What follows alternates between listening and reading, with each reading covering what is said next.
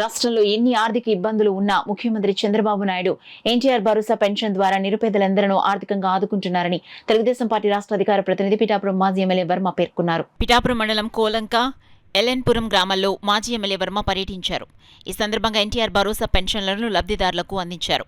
ఈ కార్యక్రమంలో సుకుముళ్ల గంగాధర్రావు, ఎలువంటి బాబులు, బాబురావు, గట్టి శ్రీను, నూలు సుబ్రహ్మణ్యం తదితరులు పాల్గొన్నారు. అన్ని వర్గాల్లో ఉన్న ఎలిజిబుల్ క్యాండిడేట్స్ అందరికీ కూడా మరి పెన్షన్స్ ఇవ్వడం, కూటమి ప్రభుత్వంలో వేల కోట్ల రూపాయలు ఈ పెన్షన్స్కి ఇవ్వడం జరుగుతుంది. ప్రతి నెల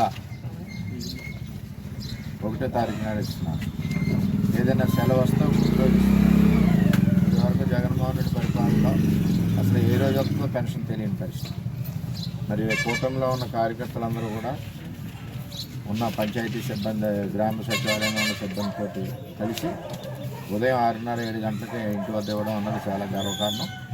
అది కూడా ఒకేసారి 4,000 చంద్రబాబు నాయుడు గారు మరి ఇవ్వడం జరుగుతుంది. అంటే ఇటువంటి పేదల సంక్షేమం గురించి పనిచేసే ప్రభుత్వాన్ని కూడా మనం ఆశీర్వదించాలని చెప్పి తెలియజేస్తాం.